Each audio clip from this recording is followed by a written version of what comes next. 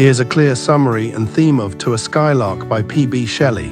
Summary: Shelley's To a Skylark is an ode that praises the skylark, a small bird known for its beautiful and spontaneous song. The poet sees the skylark flying high in the sky, unseen but filling the air with a flood of music.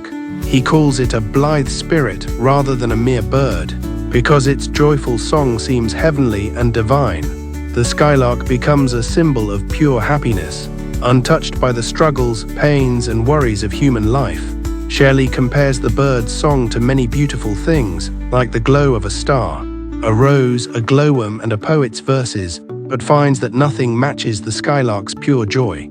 He contrasts the skylark's happiness with human life, which is always mixed with sorrow, fear, and regrets. At the end, Shelley expresses his wish to learn the skylark's secret of happiness, so that he too could inspire the world with poetry as uplifting as the bird's song. Shelley's To a Skylark is full of poetic devices that make the poem musical, vivid, and deeply meaningful. Here are the main ones. Poetic devices in To a Skylark. 1. Simile. The skylark is directly compared to other beautiful things, like a poet hidden in the light of thought, like a glowworm golden, like a rose embowered. 2. Metaphor. The skylark itself is treated as a symbol, not just a bird. It represents pure joy, inspiration, and poetry. 3. Imagery. Vivid sensory descriptions, like a star of heaven in the broad daylight, visual. Flood of rapture so divine, auditory. 4. Personification. The skylark is given human qualities. It singest still dost soar, and soaring ever singest, bird compared to a conscious creator of music. 5. Alliteration. Repetition of consonant sounds for music. What thou art we know not. Singest still dost soar, and soaring ever singest. 6. Refrain. The idea of soaring and singing repeats, often to emphasize the bird's endless joy. 7. Oxymoron/contrast. Human sorrow versus bird's joy. Our sweetest songs are those that tell of saddest thought. 8. Hyperbole. Exaggeration to highlight the bird's perfection, better than all treasures that in books are found. 9. Symbolism. Skylark =, pure poetic inspiration. Glowworm =, hidden light, beauty and obscurity. Rose =, hidden fragrance, unseen beauty. 10. Apostrophe. The entire poem is an address to the skylark, an absent/non-human object. In short, Shelley uses similes, metaphors, imagery, personification, alliteration, symbolism, hyperbole, oxymoron, refrain, and apostrophe to make the skylark a symbol of divine, joyous poetry. Theme. The main themes of To a Skylark are: 1. Joy and inspiration. The skylark symbolizes pure, natural happiness and becomes a source of inspiration for the poet. 2. Nature and divinity. The bird's song is portrayed as spiritual, beyond human reach, connecting nature to the divine. 3. Contrast between man and nature. Humans are burdened with sorrow, while the skylark represents untainted bliss. 4. Role of the poet. Like the skylark, poets aim to spread joy and truth through their art, but human limitations hold them back. In short, the skylark in Shelley's ode is not just a bird but a symbol of perfect, heavenly joy that the poet longs to attain and express through poetry. Now let us listen to this poem carefully for our better understanding.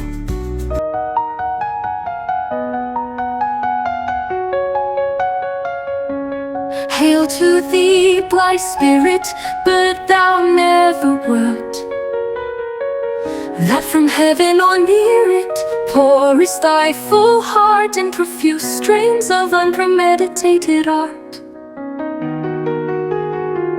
Higher still and higher from the earth thou springest, like a cloud of fire the blue deep thou wingest, and singing still dost soar, and soaring ever singest.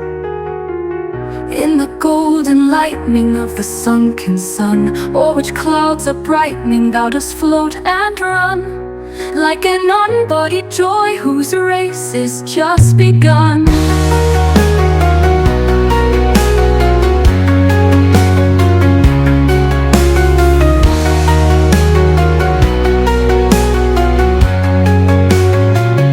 In the the golden lightning of the sunken sun, or which clouds are brightening, thou dost float and run, like an unbodied joy whose race is just begun.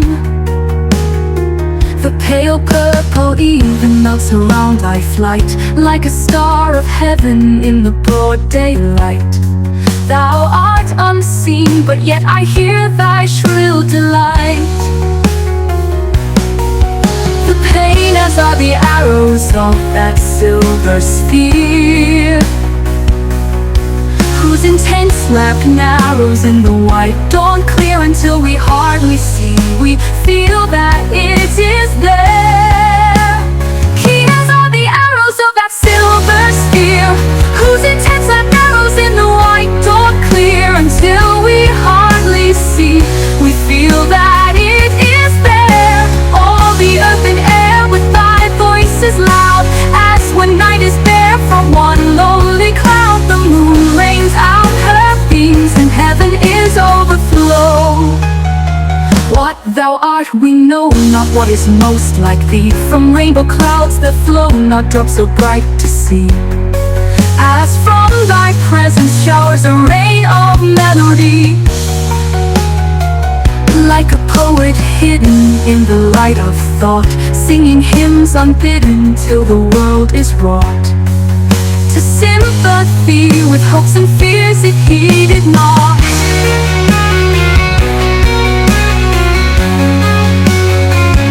Like a high-born maiden in a palace tower, soothing her love lane so in secret hour, with music sweet as love which overflows her bower. Like a glowworm golden in a dell of dew, scattering unbeholden its real blue, among the flowers and grass which screen it from the view.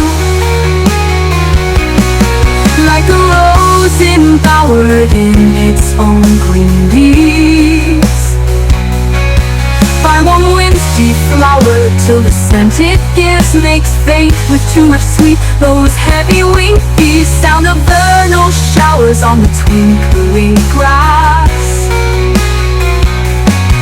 Wait, awaken flowers, all that ever was joyous and clear and fresh, thy music doth surpass.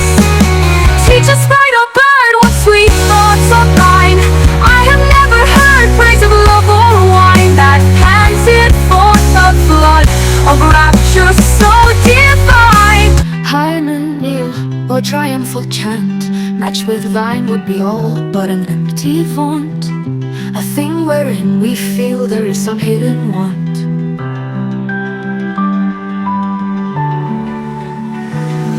What objects are the fountains of thy happy strain?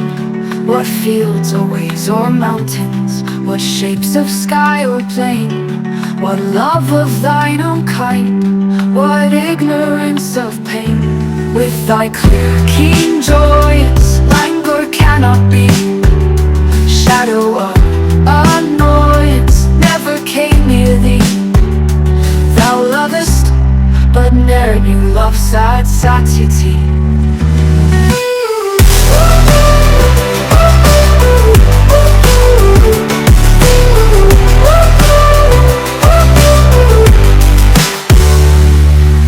Waking or asleep, thou of death must deem things more true and deep than we mortals dream.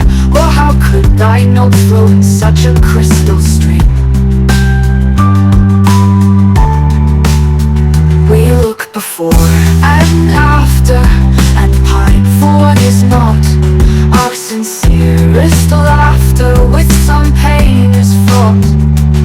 Our sweetest songs are those that tell of saddest thought. Yet if we could scorn, hate, and pride and fear, if we were things born not to shed a tear, I know not how thy joy we ever should come near. Better than all measures of delightful sound, better than all treasures that in books are found. Thy skill to poet were thou scorner of the ground. Teach me how the gladness that thy grace